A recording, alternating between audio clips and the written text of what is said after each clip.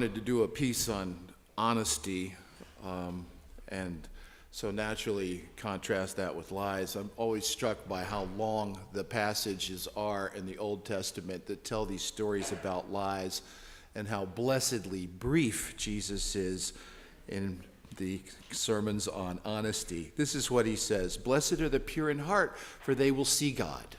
Simple. By the way, I want to give another, Greek is so much more complex than English that you could easily translate that just as well. Blessed are those who have honest integrity, for they will be fulfilled intrinsically, right?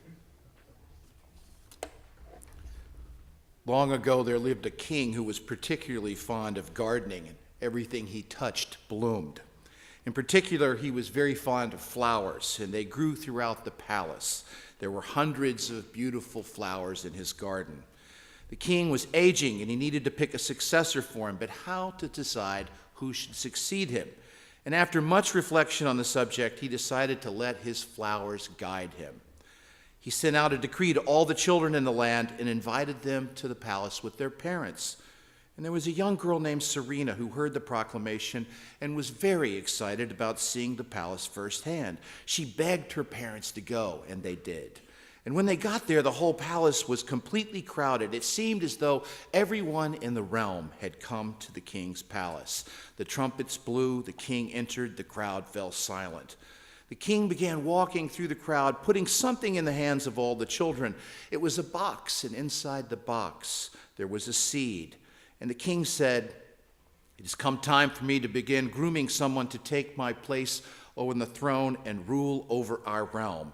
And I've decided to make a contest for all of you. Whoever can grow the most beautiful flower in 6 months, I will train to follow after me. I'll see you back here exactly in 6 months." And with that, he left. Serena got her box and her seed, and as soon as she got home, she took out a pot, filled it with the richest soil, put the seed in, and every day she watered it day and night and prayed for it to grow. A couple of months go by, nothing has happened. She changes the soil, puts the seed in a bigger pot with richer soil, waters it every day, and prays for it to grow. Another couple months go by, nothing, and now, of course, she is panicked. And the day comes when they have to return to the palace, but her pot has nothing in it at all. So she's confused. She doesn't want to go to the palace, but the king ordered all of them to return, and she doesn't want to disobey his command either. And to make matters worse, when she starts out for the palace, she sees groups of girls from her village, and they all have these beautiful flowers. And now she feels terrible about herself and frustrated that nothing will break her way. She gets to the palace, it's filled with pots and beautiful flowers, and naturally she shrugs and just pulls back according to the wall. The king enters and admires the beautiful flowers one after another, complimenting all of the children on their gardening skills and their fine work. And finally, the king sees Serena, looks over at her empty pot, and decides that he's going to make his way over to her to speak to her. Serena cringes with dread and looks at the ground. "My child," says the king, "why did you bring me an empty pot?" "Your Majesty," said Serena, "I planted the seed that you gave me. I watered it every day, but it didn't sprout. I put it in a better pot with better soil, but it still didn't sprout. This is the best I can do." And with this, the king smiled a broad smile. He took Serena by the hand, led her through the crowd. She's very confused, mortified with embarrassment. The king turns to the crowd and says, "I have found my successor, the person worthy of ruling our realm." Serena stammers, "But I have no flour." "Yes, I know," said the king. "The seeds I gave everyone last year had all been roasted. It was not possible for any of them to grow.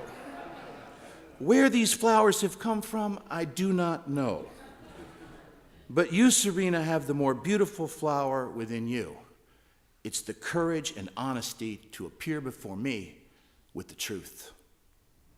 And that is precisely the quality we need in a real leader. It's important for genuine leadership because the more we invest authority and power in our leaders, the more they operate in good faith. We hear that term a lot. And that produces trust, and that trust becomes the basis from which we develop consensus. And alas, so often in politics, we live through seasons like we are living through at the moment where trust is broken and reputations are tarnished and suspicion predominates and consensus proves ever more elusive. And when that happens, the common good suffers. Most of us reach a point in our careers where we realize that reputation is just about all we really have. And when that starts to shred, it's really hard to get it back. I like this story for a lot of reasons, not least of which it faithfully renders the biblical understanding of why we humans have such a hard time being honest with ourselves and with others. Because left to ourselves, we have a deep-seated fear that if we stand with what we have, we might stand alone. And we combine that with a deep-seated anxiety that we're not good enough and we don't measure up. And we combine that with a sense of shame that we might do something in public that we're embarrassed about and will be called out for it. And we combine that with the motivation that is really driven by rewards and privileges rather than by intrinsic spiritual value. When the Bible speaks about our penchant for dishonesty, they use primordial saga like we heard earlier in Adam and Eve, or that of Cain and Abel, because there's something that manifests itself in our children before we're even able to educate them about right and wrong. There's something duplicitous about human nature that skirts responsibility and wants to make ourselves look better than we really are from the earliest age. You know, in the Bible, Cain kills Abel out of jealousy that God is going to like Abel's gift more than he will like Cain's. And God sees Cain and says to him, "Where's your brother?" Of course, Cain's brother is dead. So Cain just throws it back at God. "Am I my brother's keeper?" Doesn't lie, but he doesn't tell the truth either. He changes the subject, a tactic that has become so familiar of late that it is becoming tiring. There's something primordial in our human nature that deflects attention from ourselves in order to protect us. There's something primordial in our human nature that tries to shape a situation to put ourselves in a less damaging light so that everyone becomes implicated, and that way we don't stand out. Honesty doesn't come naturally because we're relatively sure that we won't measure up, and that's true for us as children before we've ever taught them, as I said, right or wrong, shame or virtue. And as young people, we're just as vulnerable because we rarely are any more secure.